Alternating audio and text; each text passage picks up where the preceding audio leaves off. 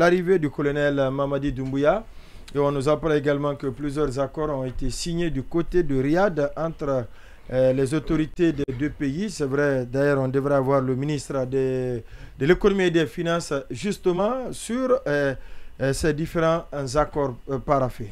Oui, c'est vrai, c'est vrai, encore une fois, l'administration a été mise à contribution, mais cette fois-ci, ça n'a pas très bien fonctionné.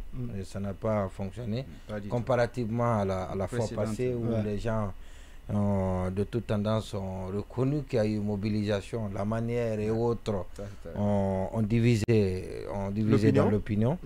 Mais ça, c'est une recette qui ne marche toujours pas et il faut s'en débarrasser parce que je trouve ça suranné. Et donc, par rapport à ce qui s'est passé à Riyad, le gouvernement avait besoin de cela pour tourner la page, même si on pour montrer qu'il y avait même la sérénité suite à la situation qu'on était en train de traverser ou qu'on traverse. Avec la situation qu'on a connue, la semaine tumultueuse que l'État a connue à travers l'attaque du camp et toutes les communications, toutes les agitations qu'il y a eu autour. Et le tableau qui nous a été présenté en vaut la peine. Une annonce en est une. Et maintenant, la réalisation, le décaissement, et pour réaliser le projet en est autre chose. En tout cas, à entendre et à lire ce qui a été trouvé à Riyad, et ça peut certainement susciter un peu de réjouissance. Et je le réitère encore une fois, tout cela paraît beau sur papier. Et je peux féliciter à cet effet le ministre de l'économie et des finances parce qu'il n'y a que 7 pays qui ont bénéficié directement de financement de la part de Riyad à l'issue de cette première rencontre, de ce premier sommet. Et donc un montant, une enveloppe globale de près de 500 millions, 580 pour être précis. Donc devrait être débloqué pour financer un certain nombre de projets. Mais ce qu'il faut dire aux Guinéens, c'est qu'on peut prévoir un montant pour un projet, mais le montant ne peut pas être jamais décaissé. Parce qu'on a connu les capacités d'absorption. Voilà, donc le projet il est là, il est dit.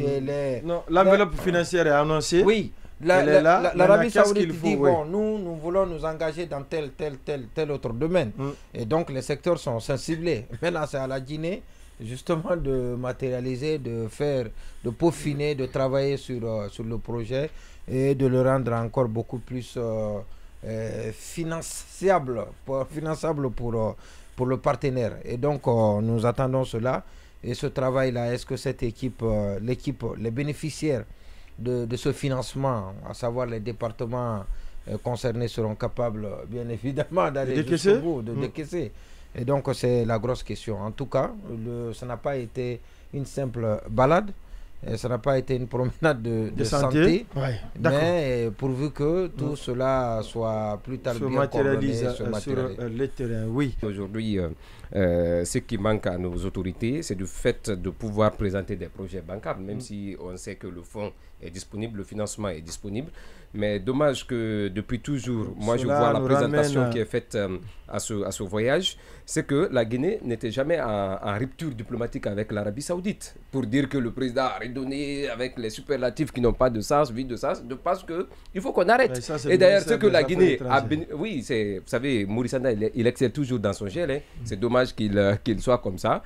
Mais prions, tout ce qui peut apporter le bonheur et le pain au peuple, nous sommes d'accord et nous félicitons le colonel, non pas parce qu'il a pu effectuer le voyage, mais c'est parce qu'il a pu maintenir, même s'il n'a pas dégradé ou érodé ses relations diplomatiques, il a pu les maintenir. C'est ce qu'on demande. Le reste, dire qu'il a fait ceci, il a fait, ça n'a pas de sens. La Guinée et l'Arabie Saoudite n'ont jamais eu des relations de diplomatie difficiles, encore moins de rapports belliqueux, qu'on arrête de nous faire cette grande fourberie-là au sommet de l'État. En tout cas, même la rénovation de la grande mosquée Faisal. La construction même de la mosquée. Non, la construction, oui, non, la rénovation, il y a... Non. Le Maroc. Non, c'est l'Arabie Saoudite qui a financé, c'est le Maroc qui a construit. Justement. Exactement. Voilà, c'est ça. Et il n'y a pas que le seul acte. Je pense que même... Non, on m'apprend que quand le Maroc voulait rénover, ça a failli être un incident diplomatique entre la Guinée et l'Arabie Saoudite. Et ça à cause de ça, le Maroc finalement allait construire une grande mosquée du côté de Anta, pour ceux qui connaissent. Un complexe d'ailleurs islamique. Exactement, un complexe islamique. Oui. Parce qu'il y a une mosquée, il y a l'école, il y a un peu de tout. Et vers Somfonia également, à côté de l'université générale Lansana Conté, un peu en bas, le Maroc est encore en train de construire un grand complexe sanitaire. Et par rapport même à la situation de la situation de la rénovation du palais refait surface, parce que là aussi c'est l'accord qui existe entre Pékin et Conakry. Dès qu'il y a défaillance, c'est Pékin qui prend. C'est le peuple. C'est comme l'Assemblée nationale, le siège de l'Assemblée. Oui, je parle du palais du peuple. Non, pas que le siège, c'est le palais du peuple. J'ai occulté. La rénovation du palais incombe au peuple chinois. J'ai occulté tout à l'heure dans ma narration un point très essentiel. C'est aujourd'hui la question liée à ce financement. Vous savez, avec la montée en puissance des différentes sectes de l'Arabie Saoudite, avec l'émergence des mosquées et des différentes sectes dans le pays, ça peut être une source d'insécurité. Je pense qu'avec l'aide de l'esprit pourra nous aider, parce qu'aujourd'hui on a vu tous ces foyers de tension religieux qui a existé. C'est parce qu'on a diversifié les différents comme on appelle financements, et aujourd'hui c'est devenu une ruée vers les tendances les plus radicales à travers le monde. Il faut être très très prudent, oui, au financement, mais il faut quand même cibler les financements qui peuvent apporter la paix au pays. Oui, effectivement, c'est vrai que vous avez évoqué le ministère des Affaires étrangères, mais lorsque Monument a félicité le ministre de l'économie et des finances pour justement...